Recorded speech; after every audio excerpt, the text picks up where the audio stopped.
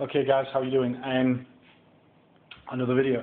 I don't know if you've seen my other videos with regards to the Atari ST that I got that was absolutely balked. Been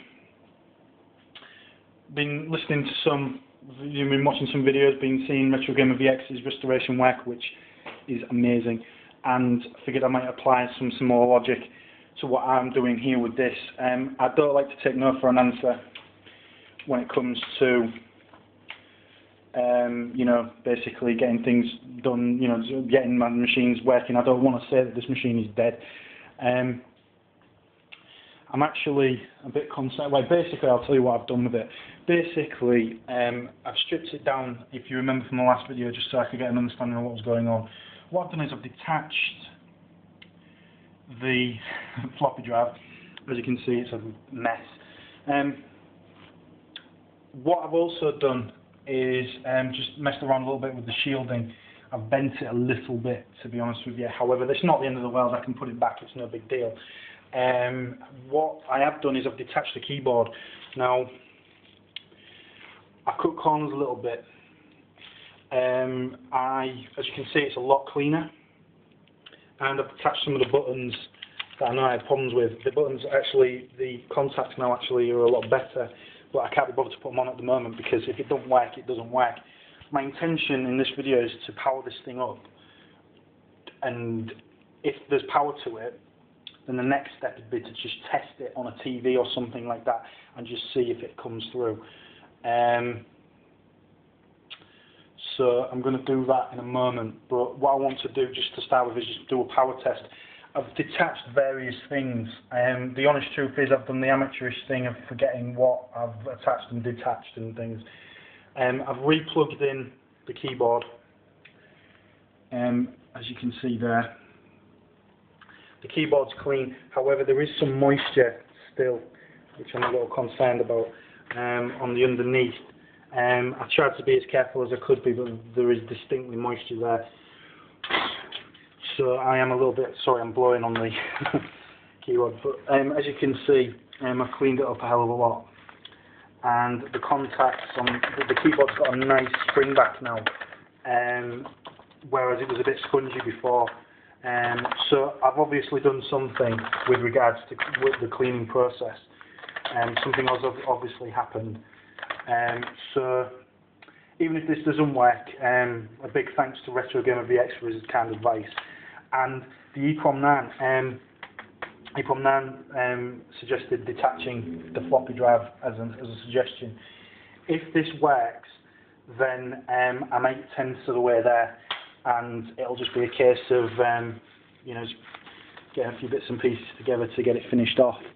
However, I am a little bit concerned, and I tried my hardest to keep the moisture away from this thing, but I don't think I've done a very good job. And the electronics are definitely, I think there is some moisture on the electronics there for definite. I'm just making sure that this is in place. As you can appreciate, you can't get much more amateur than me. The spirit's there, but the the actual technical expertise is nil. I don't actually think I've got that in place. Let me just make sure that's in place. I don't know if you can see that. Hang on, I'll put the light on. That might be a better thing to do. So what I'm doing is at the moment I'm just putting the power in there. I'm just making sure that the power is in place. It seems to be okay. I'll just make sure I've got everything in place. Yep. Yep. Right, it's there as far as I can tell. So the purpose of this video is just to see if my first test works. Basically, if it doesn't power on, then we know where we are then, and basically knackered it even more. It was broken to start with. In fact, the more I'm looking at this, the more I'm thinking that there is a problem. I don't know if you can see that, but there's moisture coming out of it still.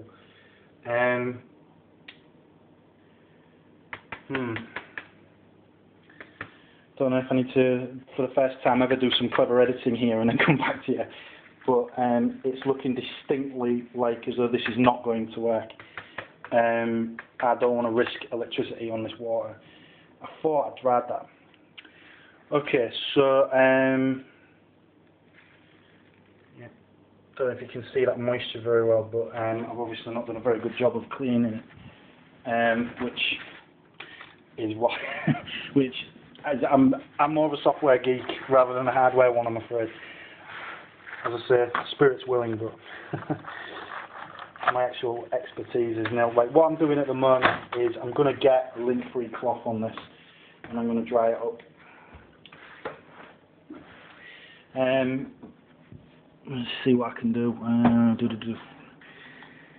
Okay.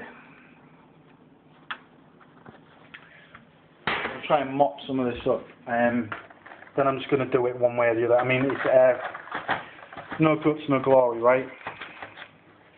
Okay, I'm sorry about the dodgy camera work, guys. I just want to get it cleaned up and stuff like that. Let's have a look and see. There's still stuff coming out of it.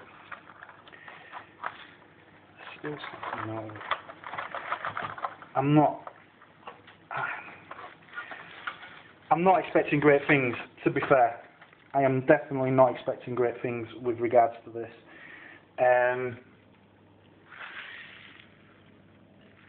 Definitely not. There is stuff still coming out of it. I mean, you've obviously got to let these things dry, I think. I think what I might do is,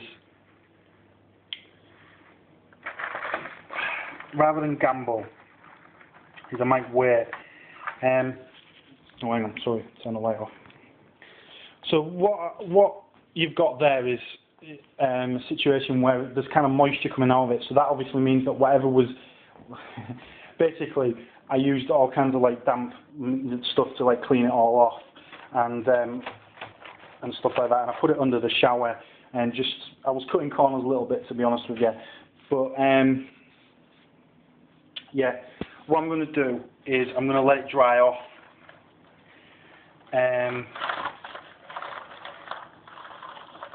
And then come back to it. I think that would be the sensiblest thing.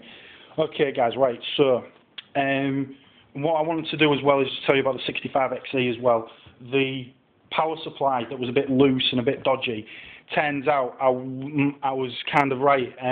It was working, and to be fair, I only did small tests on it, like 10 or 15 minutes of use on it. I actually had it disconnected but left it plugged in, if that makes any sense. So I had power going to it. I detached it from the 65XE, just I wasn't thinking that it was still plugged in, to be honest with you, so that was my own stupid fault. What actually happened was something overloaded in it, something went in it, and yeah, basically the power supply was dodgy. So my dad's taking it away, and now he's going to go and have a look at it and do what he can with it. So I'm reckoning I'll get that back, and that should be okay. I'm reasonably confident in my dad anyway. But yeah, so basically the power supply on the 65XE was dodgy. Thankfully it hasn't damaged the machine, so that's brilliant. And the ST, I've done pretty much everything I think I can do sensibly and realistically with it. I've detached the floppy drive, and I've basically reconnected everything. There is some moisture there, so I'm going to wait for that to dry. And then what I'll do is I'll do another video, the grand power on, so to speak. The honest truth is, I would not hold your breath, guys, for this. I would not think that this is going to work out positively. I'd get your black armbands at the ready, because this probably might fail.